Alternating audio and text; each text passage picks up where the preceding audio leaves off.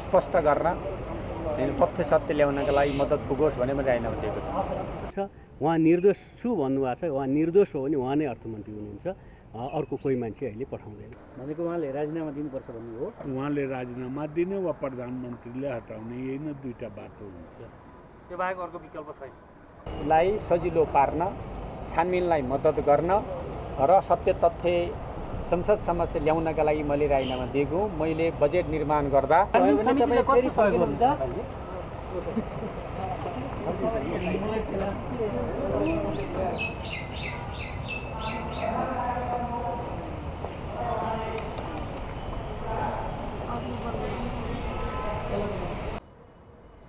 हेर्नुहोस्, यो बडो गम्भीर प्रश्न हो। यो छानबिनको प्रश्न आयो। आज दिनभरिमा त्यही चलिराखेको थियो र प्रमुख प्रतिपक्षले यसमाथि छानबिन भएन भने संसद चल्न सक्दैन भनी आह्वानमा थियो। त्यसकारण 11 बजेको संसद अहिले भर्खर प्रारम्भ भयो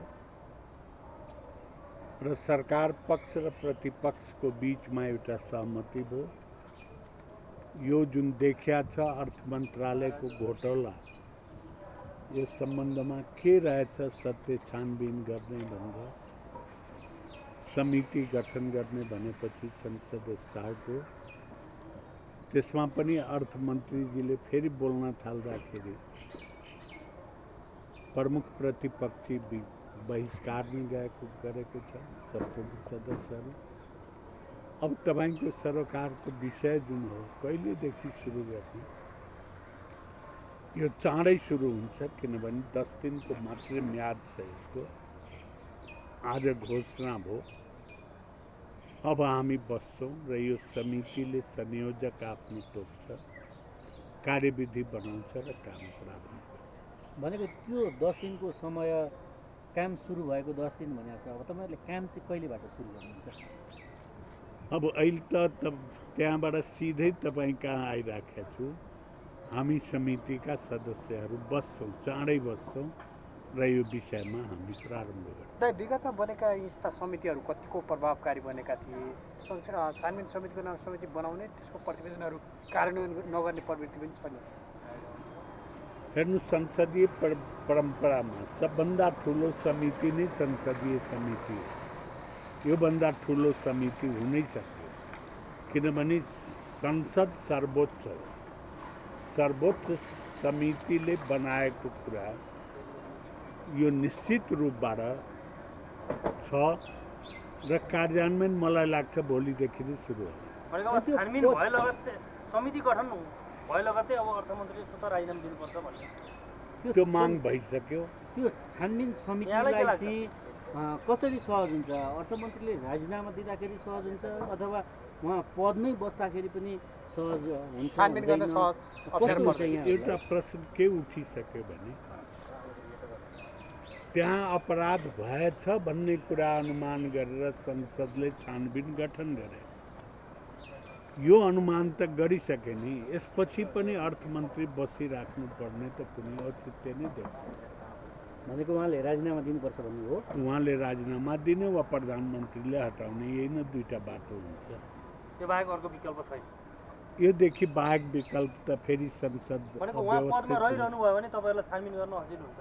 हामीलाई कुनै असजिलो थिएन, तर उहाँ बस्नुहुन्न नैतिक कारण। यो कुरा भनिसक्यो, मैले कुनै गल्ती गरेको छैन।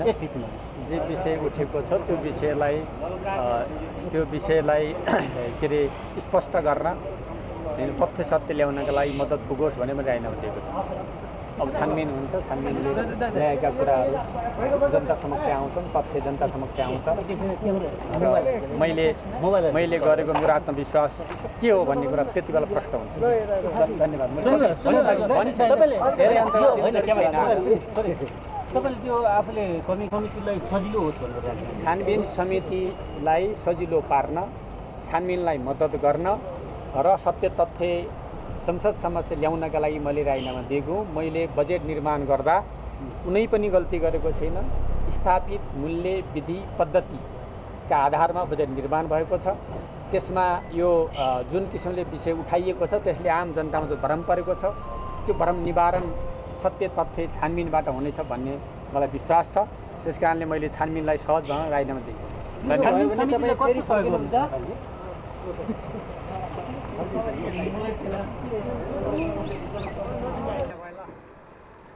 नेपालको लोकतन्त्र बिस्तारै परिपक्वतातर्फ गएको छ र नागरिक समाज, बुद्धिजीवी, राजनीतिक दलहरू राष्ट्रप्रति पूर्ण रूपमा जवाफदेही छन् भन्ने कुरा यसले देखाएको छ। त्यसकारण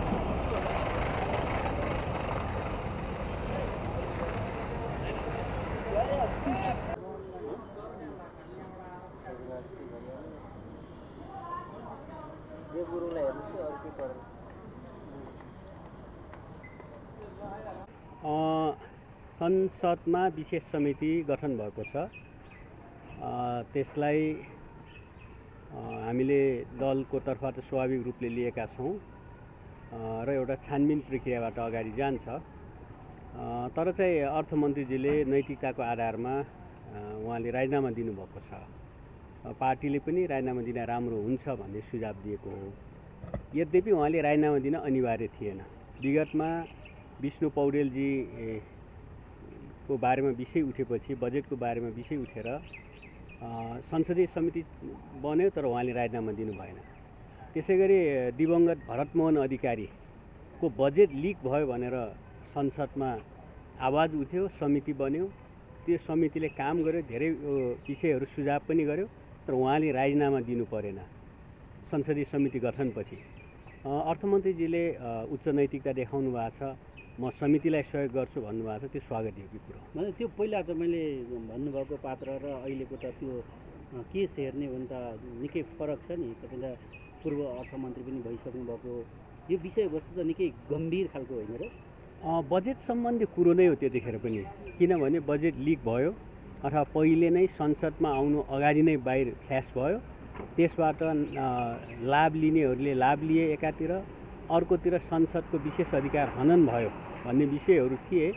अहिले पनि कुनै न कुनै रूपले बजेटसँग सम्बन्धितै विषय भएको हुनाले, नैतिकताको प्रश्न नै उठेको हुनाले व्यक्तिमा फरक हुन्छ। नैतिकताको कुरो आफूले महसुस गर्ने कुरो यसपटक उहाँले महसुस गरेर राजीनामा दिनुभएको छ। यो स्वागत योग्य कुरो। त्यो संसदीय छानबिन समितिलाई पार्टीले कस्तो खालको सहयोग गर्छ तपाईँले? होइन, यसमा पार्टीको तर्फबाट या दलको तर्फबाट 2 जना प्रतिनिधि नै हुनुहुन्छ, अरू दलहरूबाट पनि छ। उहाँहरूले दल विशेषको भन्दा पनि सत्य तथ्य उहाँहरूले ल्याउनु हुनेछ। यसमा कसैलाई निशाना गरेर, जसरी प्रमुख प्रतिपक्षी दलका मान्यहरूले बोल्नुभयो, निशाना गरेरै कि यो पुष्टि भइसकेको कुरो हो, उहाँलाई सजाय गर्नको लागि, छानबिन गर्नको लागि यो समिति हो अथवा के अरे सिफारिस गर्नको लागि भन्ने जस्तो गर्नुभयो, त्यो कुरोमा सत्यता छैन।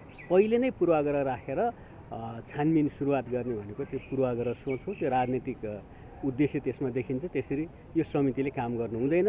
निष्पक्ष ढङ्गले, स्वतन्त्र ढङ्गले, संसदको उच्च मर्यादा राख्ने ढङ्गले काम गर्नुपर्छ। अब अर्थ मन्त्रालय माओवादीकै हातमा छ, अब कसले पठाउनुहुन्छ त्यसमा? होइन, अहिले छानबिनको लागि उहाँले मार्ग प्रशस्त गर्नुभएको हो। यस्तै डाक्टर रामशरण महतको बारेमा कुरो उठ्दा उहाँले नैतिकता आधार राजीनामा दिनुभयो। पछि त्यो कुरो ठहर नभएपछि उहाँ नै अर्थमन्त्री हुनुभयो। अहिले पनि उहाँले नैतिकताको रूपमा उहाँले राजीनामा दिनुभयो, राम्रो कुरा हो।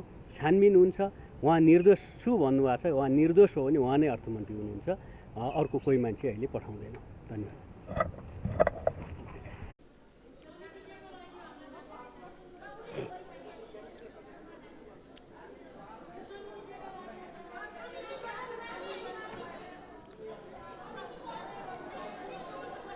बस्नुस् मान्ने अर्थमन्त्री बोल्दै हुनुहुन्छ।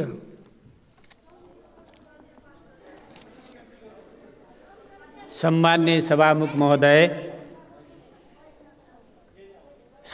महोदयको अनुमतिले मैले अर्थमन्त्रीको हैसियतले यहाँ आफ्नो भनाइ प्रस्तुत गर्न चाहन्छु। संसद विघटन भयो, एकपटक होइन 2 पटक। लोकतन्त्रको बहाली भयो र संसद सुचारू गर्ने प्रक्रिया अगाडि बढ्यो र यो क्रममा पनि धेरै उतार चढावहरू हामीले भोग्यौँ। राष्ट्रका बारेमा गम्भीर प्रकृतिका एजेन्डाहरू यहाँ बहस भए, एसएसपी लगायतका एजेन्डाहरूमा बहस भए, छलफल भए, ती एजेन्डा आज पनि जिउँदै छन्। र म अहिले सम्माननीय सभामुखले संसदीय छानबिन समिति सरकारको पहल, सम्माननीय सभामुखको अगुवाईमा जो संसदीय सहमति समिति बनेको त्यसलाई म स्वागत गर्न चाहन्छु, त्यसप्रति म धन्यवाद दिन चाहन्छु। तर म एउटा कुरा यहाँ भन्न चाहन्छु। म हिजो एउटा वाम गठबन्धन र एकताको एउटा साँचीको रूपमा त्यसको सदस्य थिएँ। संयोग परिस्थिति भनौँ, आज म 5 दलीय गठबन्धन सरकारको अर्थमन्त्री छु र यो अर्थमन्त्रीको हैसियतले मैले यहाँ विषय राखिरहँदा धेरै विषयहरू छन्।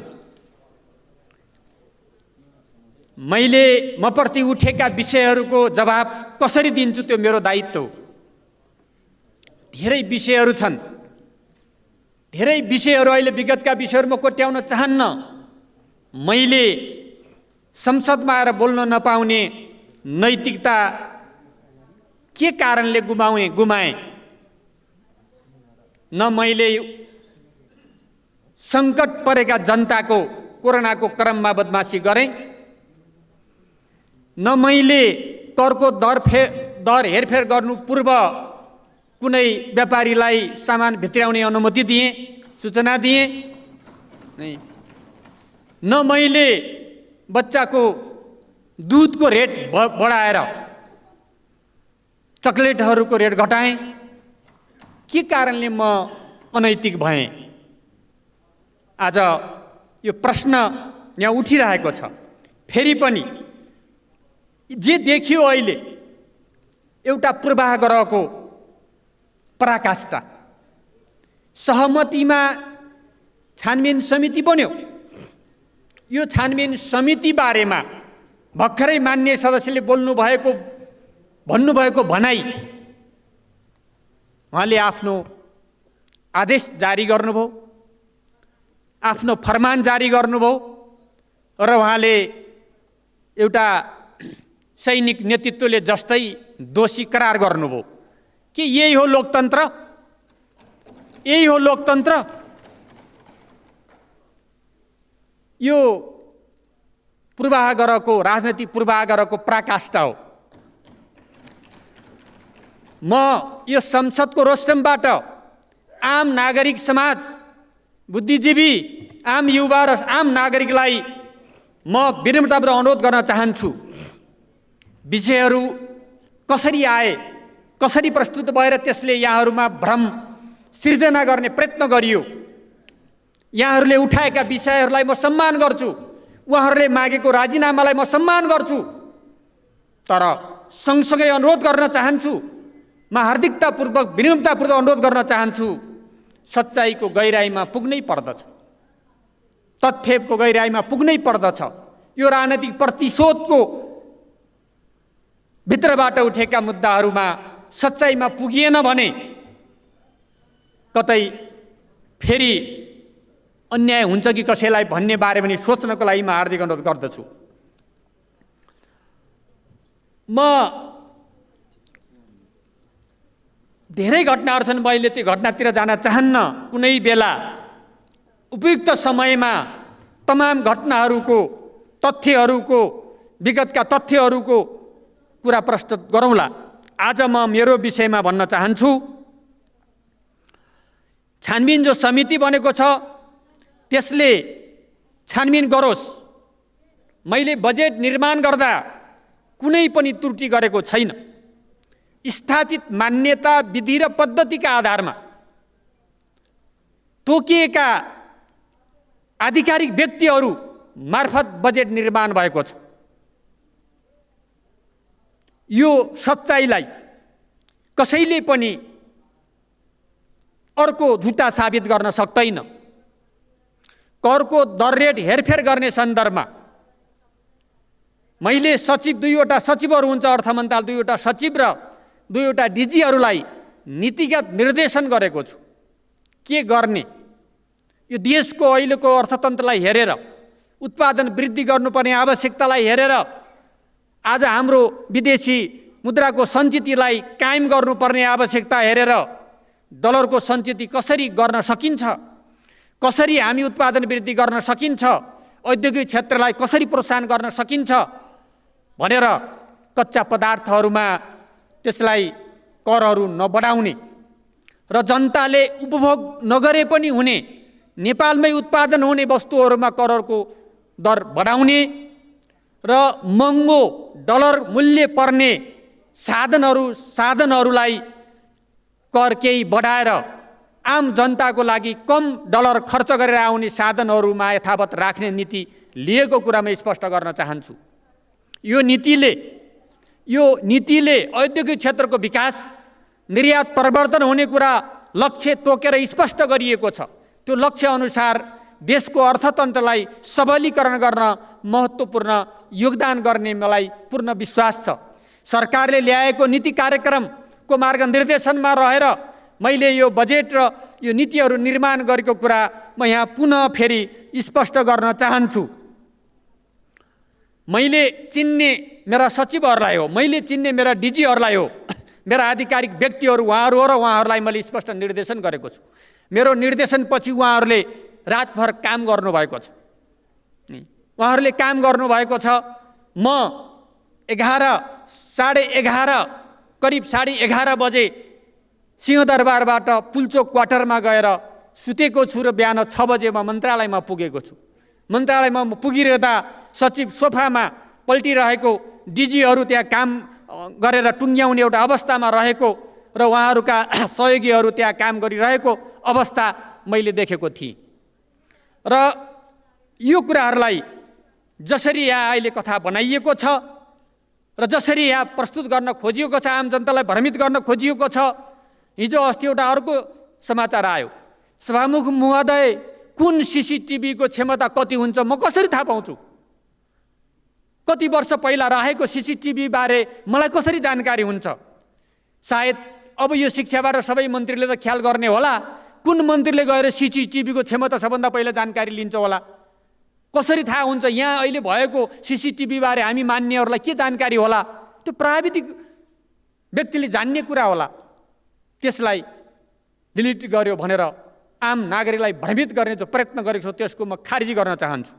सत्य तथ्य त्यही छ। टेक्निकल रूपमा हेर्ने मान्छेहरूले त्यसलाई बेला मैले कसरी त्यसको जवाबदेहिता मैले लिन सक्छु? मलाई कुनै कुरा डिलिट गर्नु पनि छैन र मलाई त्यो जरुरी पनि होइन र त्यसको मलाई ज्ञान पनि छैन। यहाँ विभिन्न विषयहरू उठेका छन्।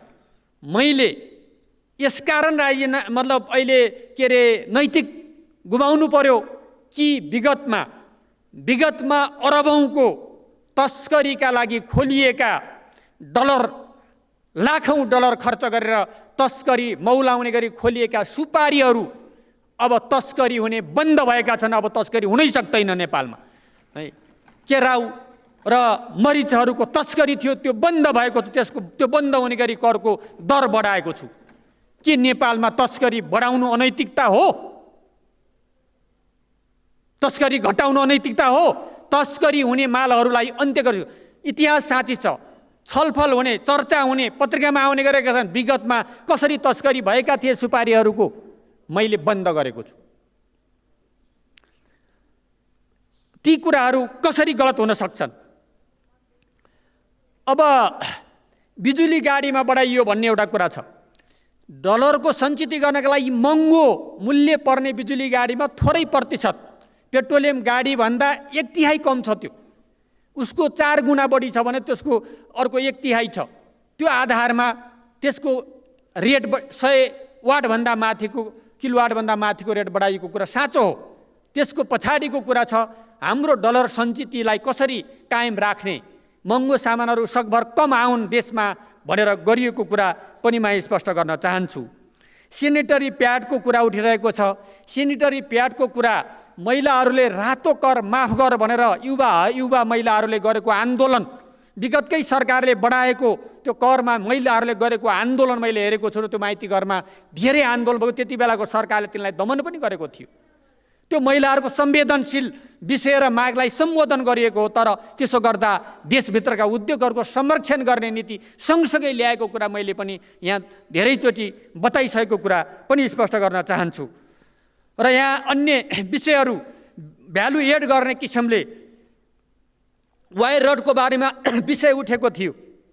भ्यालु एड गर्ने कच्चा पदार्थहरूमा छुट गर्दै आएको, नेपालमा उत्पादन नहुने अवस्थामा त्यसलाई ल्याउन सक्ने गरी सम्बन्धित सरकारवालासँग छलफल भइसकेको कुरा पनि म स्पष्ट गर्न चाहन्छु। यसकारण बजेट र नीतिले करका दरहरू हेरफेर गर्दा कहाँ सूचना चुइयो, कुन व्यापारीले फाइदा लियो छानबिन गरोस्, पत्ता लगाओस्, र कुन विशेष घरानालाई इङ्गित गरियो। विगतका घटनाहरू पनि स्मरण गर्न चाहन्छु म। कहाँ कसलाई गरियो? मात्रै देशको उत्पादनलाई गरियो, देशको औद्योगिकरणलाई गरियो। र आज अहिलेको बजेट र नीति कार्यक्रमबाट आम किसानहरूलाई उत्साहित गर्ने, उत्पादन वृद्धिका लागि उत्पादन गर्ने, कृषि क्षेत्रलाई प्राथमिकता दिने, औद्योगिक क्षेत्रलाई प्राथमिकता दिने कुरा गरिएको छ। दलित, गरिब, महिला, उत्पीडित वर्ग सबैलाई एउटा राज्यबाट विशेष खालको अभियान चलाएर उनका समस्याहरूको निराकरण गर्ने, गरिबीको अन्त्य गर्ने, दलितहरूलाई आर्थिक रूपले समेत समृद्ध गर्ने, सामाजिक रूपले मात्र होइन गर्ने गरी बजेट प्रस्तुत गरिएको छ। त्यो के अनैतिकता हो? त्यो के राष्ट्रघात हो? त्यो के कुनै राष्ट्रिय अपराध हो भने त्यसको जिम्मा लिन म तयार छु।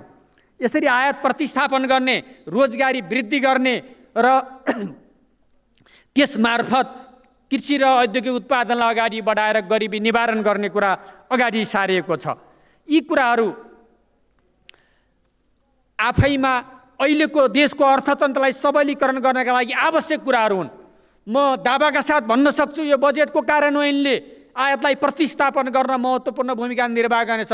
निर्यात वृद्धिको नयाँ बाटो खोल्नेछ र यसले हाम्रो देशलाई आत्मनिर्भरतिर लैजाने कुरा पक्की छ।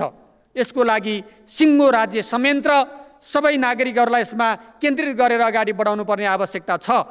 त्यसकारणले औद्योगिक क्षेत्रमा काम गर्ने, निकासी गर्नेहरूलाई विद्युतमा छुट दिने, 8% इन्सेन्टिभ दिने कुराहरूबाट आज औद्योगिक क्षेत्र उत्साहित भएको छ। उद्योगहरू स्थापना हुने कुराहरू क्रम चलेका छन्, अगाडि बढेका छन् र यसले औद्योगिक क्षेत्रमा ठुलो परिवर्तन आउनेछ। र बजेटले आम नागरिक, कर्मचारी, गरिब, दलित, महिला सबैलाई उत्साहित गरेको छ। कर्मचारी, प्रहरी सबैलाई उत्साहित गरेको छ। के सबैलाई उत्साहित गर्ने खालको बजेट ल्याउन पाइँदैन? के सबैलाई सम्बोधन गर्ने खालको बजेट ल्याउन पाइँदैन? पाइन्छ भने यो सरकारले त्यही गरेको हो। सरकारको नीति कार्यक्रम र अहिले बजेटले गरेको कुरा त्यही छ। त्यसकारणले त्यो कुरा म स्पष्ट गर्न चाहन्छु।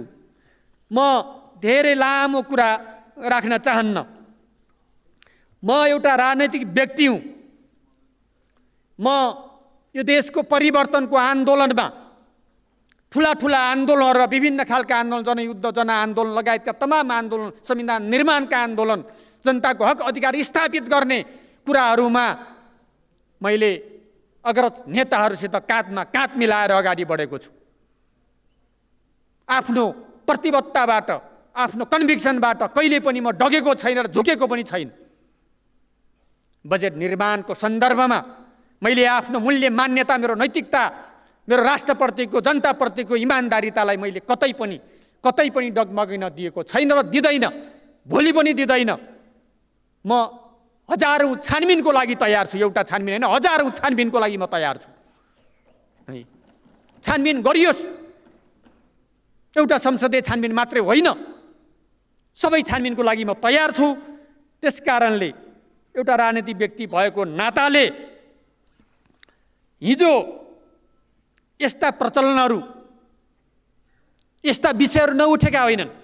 छानबिन समिति नबनेको होइन। छानबिन समिति बनेका विभिन्न अनुभवहरू छन्, विभिन्न पक्षहरू छन्। आज आम नागरिकले विषय उठाएको कारण, नागरिक समाजले विषय उठाएको कारण आम नागरिकलाई एउटा भ्रम सिर्जना भएको कारण मैले आफू सही गरेको, गल्ती नगरेको, राष्ट्रको पक्षमा, देशको पक्षमा काम गरेको हुँदाहुँदै पनि यो भ्रम सिर्जना भएर जुन समस्या मैले देखिरहेको छु त्यसलाई सत्य तथ्यले नै स्पष्ट गर्नेछ भन्ने कुरा म यहाँ राख्न चाहन्छु। देशको राष्ट्रियताको, राष्ट्रको, जनताको पक्षमा उभिएर निरन्तर सङ्घर्षबाट अगाडि बढिरहेको एउटा व्यक्तिमाथि अनावश्यक झुट्टा लान्छनाहरू, आरोपहरू जो लगाइएको छ त्यसको म आफ्नो तर्फबाट त्यसलाई अस्वीकार गर्दछु, खारेज गर्दछु। छानबिन समितिले गर्ने काममा मेरो पूर्ण सहयोग हुनेछ, मेरो पूर्ण सहयोग हुनेछ।